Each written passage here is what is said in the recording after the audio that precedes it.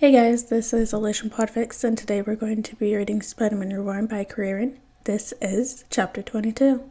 Jason sat at the far end of the table for breakfast. Peter stood by his chair for a minute before taking in the seat next to him as his siblings filed in. He watched as his mother took his old seat right next to his dad, who watched them from across the table. Cass took up the seat on his other side as Damien sat across from him. Dick joined them a minute later, taking the seat across from Jason. Peter could hear Jason's heart spike as everyone slowly trickled in.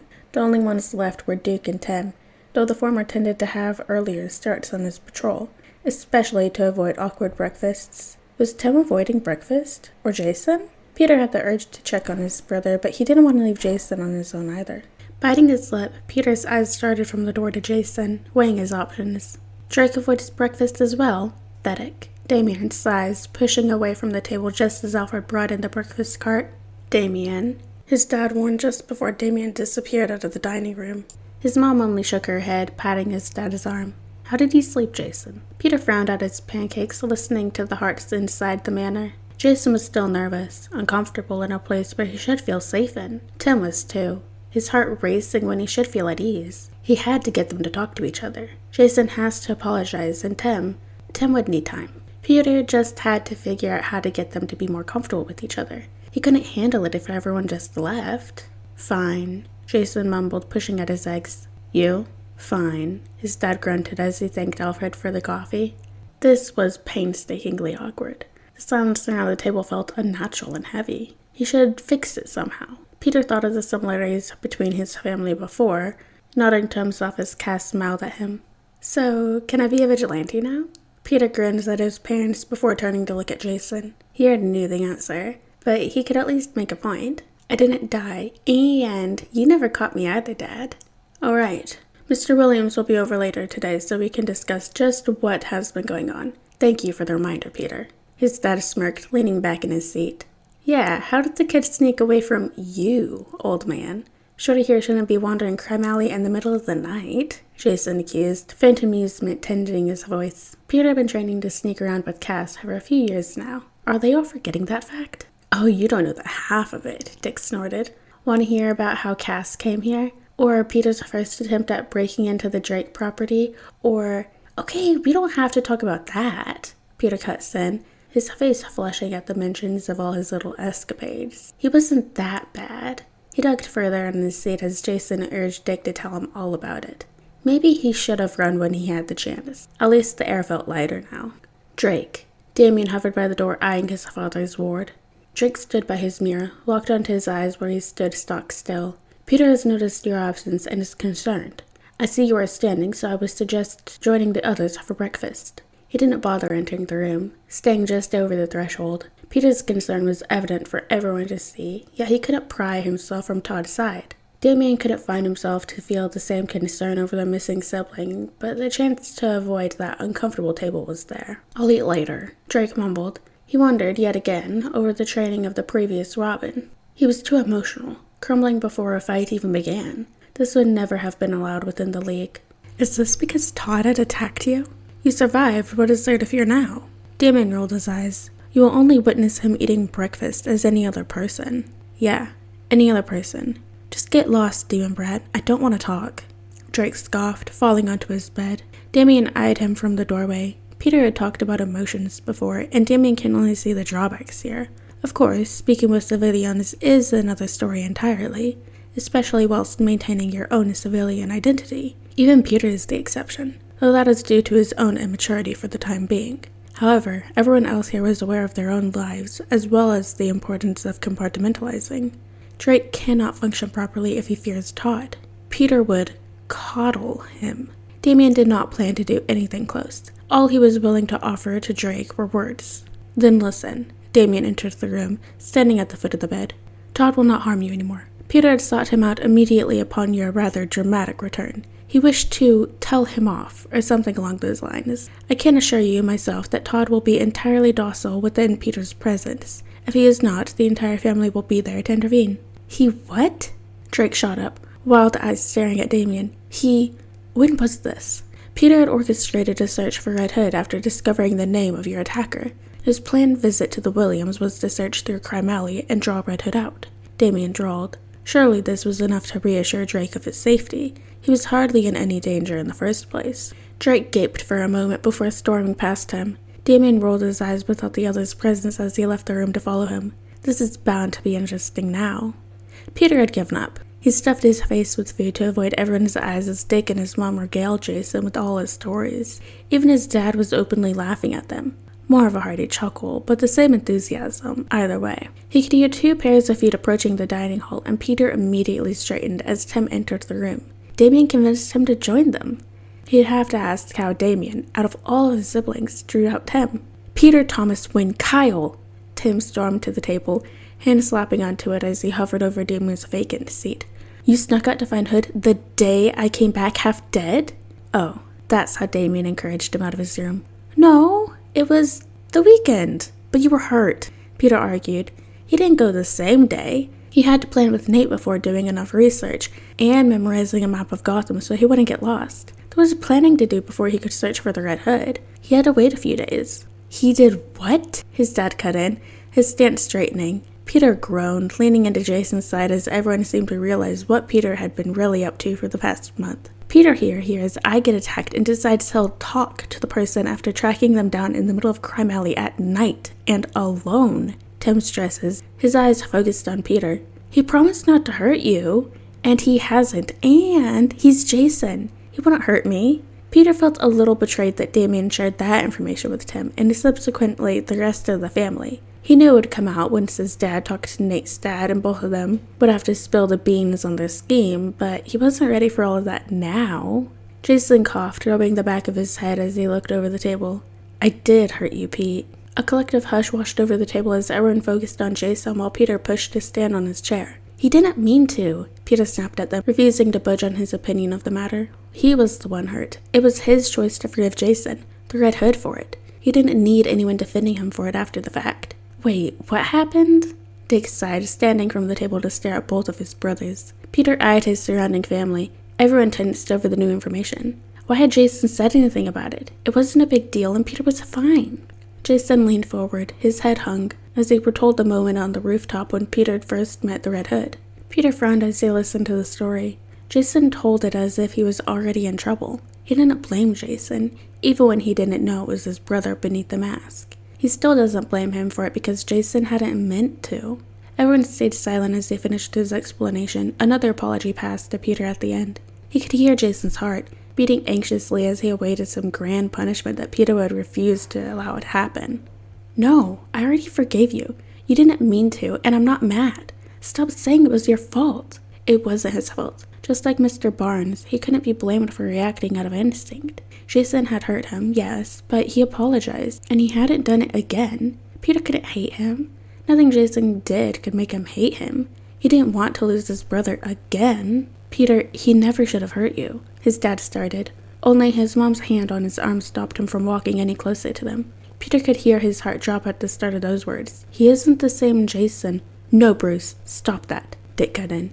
Jason's still our Jason. He belongs here with his family. We can help him. Everyone's heart beat louder as their voices raised. Peter could barely focus on one rhythm as Dick and his dad argued across the table. Their voices dulled as the rhythmic thump, thump, thump took over. Jason's raced as the argument continued. Thump, thump, thump. Dick's was erratic, anxiety rolling through his veins. Thump, thump, the thump. His dad's was deceptively calm. Only a hitch after every few words showed any emotion he had otherwise. Thump, thump, thump, thump. Peter wanted to argue too. He wanted to scream and to shout. His dad didn't get it. He didn't understand that things happened to Jason, that he needed help. Peter wanted to say something to help. No, he just needed to get away. He needed some silence. Peter has to think. Stop fighting, Peter screamed, leaping onto the floor, glaring up at everyone. He just needed to think. He raced for the door, passing into the foyer as the fighting finally calmed down. The hearts continued to beat, the drumming echoing in his ears as his feet hit the tiles. Peter needed a minute. He needed to think. Peter ducked through the bushes as Titus chased a path through the woods. The birds sang softly from the trees, and Titus's heart beat excitedly, happy. The earth moved, breathing calmly through the trees as wind pushed the leaves gently. The silence was welcoming here as Peter followed his brother's dog deeper into the woods. He slowed to a stop over a small crest. Titus jumped down to sniff at a burrow below them. The small clearing opened to a colorful blast of flowers. A log with moss sat under the sunlight that broke through the trees. Peter looked over the large rocks leaning against each other nearby. The silence around them broke only to the sound of birds. If Peter really tried, he could just make out muffled conversation from the manor yards away. The forest connected to Wayne Manor was large, covering football fields of land that Peter only ever entered with his siblings or his dad by his side. He's never gotten this far before, and he was glad that he found this spot alone. "Do you think Dad is going to chase Jason out?" Peter asked as Titan came to his side, his tail wagging excitedly. Titus barked before trotting to the trees by the edge of the little clearing. No answer came to him from his advisor. Peter hopped off the ledge before taking a seat on the log. He watched Titus circle the rocks by his left as he thought over the breakfast. His dad acted like Jason meant to hurt him, like Jason would do it again. He knew if Dick hadn't cut in, his dad would have tried to tell him that Jason was dangerous again. Peter's heard his conversations about Red Hood before. Eavesdropping on his siblings and dad let him hear their opinions. Those opinions all revolve around the murder streak of one Red Hood, of the bag of heads and corpses lining his path, of criminals killed in cold blood and how they had to stop him, how they got hurt every time they tried. But they didn't get it. Jason is Red Hood, but he wasn't bad. He couldn't be. Peter refused to believe it. His brother was just struggling like Bucky Barnes did. Wherever he was, whatever happened made Jason into the Red Hood. He only needed his family back. He shouldn't be alone. He might be doing bad things right now, but Jason wasn't bad. His brother was just in trouble. He shouldn't be left alone. Titus came to his side, curling up by his feet as Peter watched the shadows stretch as the sun crusted over the trees. He had to go back. They would come looking for him, and Peter had to make sure Jason was still at home. He had to make sure his dad hadn't chased him out. Hopping off the log, Peter trekked back towards the trees. He followed the distant beating of drums, the hearts of his family waiting for him. Titus took the lead, sniffing at the roots and bushes as they walked. Peter hoped Jason was waiting. He couldn't have left, right? Maybe he could tell them about the Winter Soldier. If his dad heard about one assassin turning hero, maybe he wouldn't be so quick to send Jason away. Peter wasn't sure how to explain the memories from his past life, but how strange could that be with his family? They all have died and disappeared before coming back. His dad would listen, and if not, his mom would make him. Wait, Titus! Peter took off as Titus veered left before taking off. He chased after the Great Dane farther from the manor and deeper into the woods.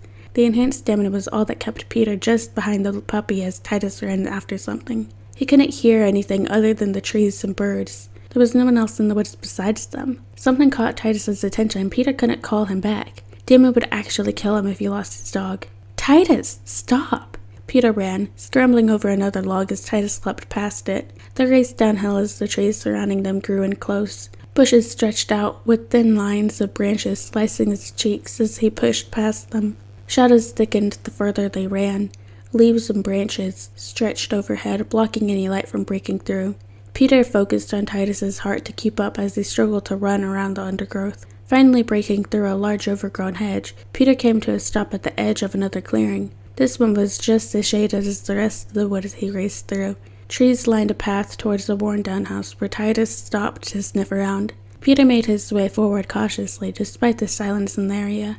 The house must have once been a manor as large as his own. The left wing had crumbled away over the years, half-raised walls just barely peeking out from overgrown vines and moss. The right wing was entirely gone. Trees sprouted from what must have been tiled floor and walls. Peter edged towards the large oak doors. A crack split through the right door as it barely clung to rusted hinges. Titus pawed at it as Peter approached. Wow. Peter wished he had a camera with him, or Tim, and his camera. The abandoned house would have come out beautifully through the lens. In person, it looked far more haunted. He could feel the hairs on his neck tingle as he stopped before the door. Something was wrong here. Someone was here. Peter tried listening for a heartbeat, stretching his senses over the area for the sound of anyone nearby. Still, he couldn't hear anything. Titus whined again, his claws scratching at the door. Peter eyed it for a second before he reached for the handle. His senses didn't spike any more than they already have, so he gave the door a hard push. It creaked before falling back, hinges snapping after years of disuse. How long has this been here? The old entrance hall had been left to nature as weeds and dirt coated the ground. An old drawer left by the right wall had nuts and dirt coating above it. Rabbit droppings littering the top and the floor as Peter stepped inside. Titus took off once again as they entered, speeding down the hall past the stairwell. Peter took a moment to take in the space they entered. Old frames, torn and vacant, hung on the walls, people staring out with vacant eyes from each frame. Peter stepped towards the shelves just inside the room to his left. The outer wall half crumbled as bushes stretched inside. A bust of an owl stared at him, wings spread out as if in mid-flight. The stone bird looked angry with its beak open in a silent screech. Something was wrong here. Peter heard Titus above the room as the house creaked around him. Soft, calm heartbeats echoed in tempo outside. A perfect circle of people encroaching onto the abandoned manor. The unfamiliar heartbeats rose Peter's own. Did they live here? Did they see him go inside? The door was broken out front. Peter couldn't make a break for the stairs without being seen. Peter eyed the hole above him, keeping an ear out for the approaching crowd. He rushed to the old wall, his fingers finding purchase easily as he began to climb. One heartbeat approached, calm and collected, towards the front door. He climbed upwards, scaling the wall before going horizontally onto the ceiling. Reaching the hole, he pulled himself over the opening and onto the second story. Heels clacked against the ground as the person approached. "I only wish to talk, Peter," a woman spoke, her voice calming. There was an accent there that Peter recognized in Damien's voice. "There's no need to hide. I'm a friend." Peter ducked as he saw black hair into the room. Titus joined his side, panting excitedly as Peter tried to push him back. If she saw him, then she would know he was up here. Maybe she knew Damien, but that didn't mean she was good. His brother was raised by assassins, in a league that his dad even said were bad. "Very well. I only wish to offer my knowledge. I hear you want to learn how to fight. My beloved coddles you. I can help you with that. I'll be here a week from today at the same time. I hope to see you here for your first lesson, Peter." The woman spoke, her head moving upwards just as Peter ducked out of the way. He waited a while longer until the hearts disappeared, until the woman was far enough away from even his enhanced hearing. Who was she? How did she know? Could she teach him? Jason already taught him some things, but he couldn't be sure he'd still have lessons after this morning. He'll have to wait on it and see. "I know you never meant to hurt him." Dick sat beside his brother, his little wing, on the couch. Selena had dragged Bruce out to find Peter, and the others finally dispersed with a few words from Alfred and himself, leaving Jason with him. "Sometimes we hurt the ones we love without meaning to. Please don't beat yourself up over it." "Yeah, easy for you to say. You didn't hurt him," Jason growled, hands fisting in his hair. Jason had grown a lot over the years. Dick wanted to know everything. How did he survive? Where did he go? What happened to him? He wasn't the same kid that read to Peter and flipped through the city as if magic really did cling to him. He might have changed, but Jason was still Jason. Dick had seen how he let Peter pull him into hugs, how Peter clung to him in the cave even when Jason's eyes glowed green. He never once turned it on to him. Jason might have grown up without his family, but he still cares, especially about Peter. Dick smiled at his brother. Peter had been right again. Jason just needs to be around them. Being alone wasn't helping him. Isolating himself would only punish him more. No, but Damien had. You've seen how close they are, right? Damien nearly broke Peter's ankle after he first arrived, and Pete forgave him too. He won't hold it against you. Dick tried, thinking back on those earlier days when Damien was still a feral assassin. Granted, Damien attacked Peter because he was asked for training. Still, the incident happened, and Peter had been hurt. It was a miracle how the two have grown. Damien might not show it often, but he had taken the big brother role to Peter faster than Dick had expected. He cared in his own way without coddling him like everyone else did. Dick knows Peter doesn't want to be coddled all the time, but it was hard to see his baby brother as anything but a newborn learning to crawl in the manor. "It's different," Jason growled, green seeping into his eyes. "How is it any different, Todd?" Damien walked into the room, arms crossed. "Peter has made his choice about you. Are you planning to force him to change it? How would you do that exactly?" "Damie," Dick frowned, glancing between the two. Bruce was still on the fence with Jason. Peter's pushing was the only thing keeping the peace at the moment. If these two broke into a fight now... Jason stood, towering over Damien as the green overshadowed his blue. "If you think I'll hurt him, you're dead wrong. Kid doesn't know better, and none of you shits are doing anything to help him. You know Peter won't change his mind, so what will you do? Finish what you started with Drake? Perhaps that'll show him who you really are," Damien scoffed. "Guys, let's not fight, yeah? We can just sit down and talk this out. No one's killing anyone." Dick tried for a smile, stepping between the two. "Bruce should be back with Peter soon. Everyone knows he hides in the attic when he wants to be alone. Peter's presence would diffuse the fight instantly if he was here." Tim glared out the window, his mind trapped in the Titan's tower, a place that should have been safe, and where he could let his guard down. a place he went to after putting up with Damien for far too long on Bruce's return. The Red Hood's mask covering over him as he bled out on the floor with a blade cutting into his arms and chest. He couldn't be mad at Peter, but he wished the Red Hood was anyone else. Tim, you don't have to forgive him if you don't want to. What he did, Steph tried, tugging him from the window. Cass sat on his bed, a plate of cookies balanced on her knees. Steph dragged him towards her, climbing onto the bed to settle in. He won't hurt you again, and we won't let him. We protect each other, Cass signed before plucking another cookie off the plate. Peter would be devastated if he ignored Jason. Tim had a hard enough time trying to settle into the manor years ago with Peter's hate hovering over him like a rain cloud. When Peter had finally accepted him, Tim had hoped that would be it. He had a little brother and they got along great. Even now they spend time in the labs together, and Peter seeks him out for science conversations. He knew Peter always loved Jason most. There was never competition when the victor was already decided. Jason didn't even know just how much Peter wanted him back. How much his escape attempts, his hatred for Tim, was because of him. Jason got a free pass from Peter just because he's Jason. I don't know how to live here if he's staying, Tim sighed. He couldn't go back to the towers, not with what happened there. He couldn't live here if Jason moved in. He was there to help Bruce after Jason died. He helped fill the role left behind, and now there was nothing for him to fix. Maybe he didn't have to live in the manor anymore. Drake Manor was still there and empty. Bruce didn't need him. Damien has taken up the mantle now. Peter has Jason back and all the others in the manor. Maybe Tim really did outgrow his place. He's overstayed, hasn't he? Peter rushed to his dad after leaving the abandoned building with Titus at his side. He considered asking him if he knew about the lady that talked to him, but his dad might be mad that he had gone that far from the manor. He was pretty sure his dad was already mad enough about Peter sneaking out to meet with Jason. It's probably best he doesn't know about the lady. She didn't say anything about telling him, so Peter hoped that meant his dad wouldn't find out about it. Besides, he has Jason to teach him now. Dad! Jason didn't leave, right? Peter asked the moment he reached them. His mom took his hand gently, brushing leaves and dirt from his hair as Titus bound past them. He's still there, kitten. What did you get up to? Peter only grinned as she plucked a twig that got knotted into his hair. We'll have to give you a haircut soon. His dad hummed, holding a hand out for Peter. He's back in the manor. You won't scare him away. Promise? Peter took the offered hand with his free one, falling between his parents towards his home. Jason's back. I don't want to lose him again, and he didn't do anything wrong. He watched his parents share a look over his head. He'll just have to work harder to show them that Jason wasn't bad. He made some mistakes, but he's his brother and his dad's son. They can't hate him for that. He followed them back to the manor, releasing their hands when he saw Alfred waiting at the door where Titus must have run inside already. He raced in, listening for Jason's heartbeat before following it. Damien and Dick were with him, too. Shut up! Jason yelled, causing Peter to hesitate in front of the door. Were they already fighting? How? Go on, enrich us with your grand plan, Damien snarled.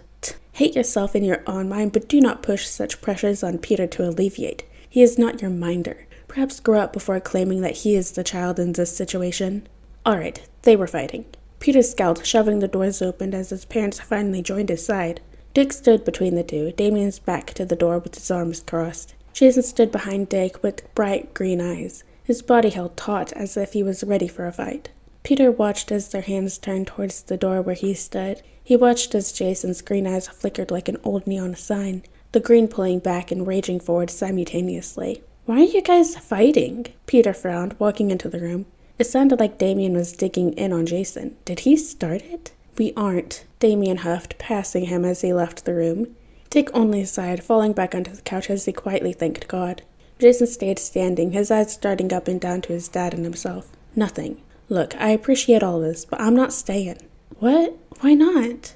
Peter's voice cracked as he rushed forward to take Jason's hand. You just came back. Jason looked over his head, meeting his dad's eyes while Peter pulled him to look back down. He couldn't leave. Did Damien do this? What happened? I'm sorry, Peter. I'm not ready. I can't be here. Jason's eyes looked behind him again, green seeping into his eyes. Jason couldn't be here because of his dad. Peter's noticed it since Batman dropped into the gym, how his eyes were always on his dad, how he was always watching him, the anger that bled into his eyes, and how still he would go. Peter had to do something. He had to fix this somehow, but what could he do? What could he say? He stood, watching as Jason walked past him and into the hallway. Dick rested a hand on his shoulder, but he barely felt it. For once, he couldn't hear anybody's heart but his own. He stared past his dad to where Jason disappeared. He just had his brother back. He couldn't lose him again. Not after just getting him back. What if Jason got hurt? What if he wanted to talk to them? Will he visit? He'll come back, right? He turned to Dick, his eyes watering. Maybe Jason just needed a few days. He could wait. Peter will wait if Jason comes back soon. Alright guys, and that's the end of chapter 2 of Spider-Man Reborn by Kieran. I hope you guys liked it, and I'll see you next chapter.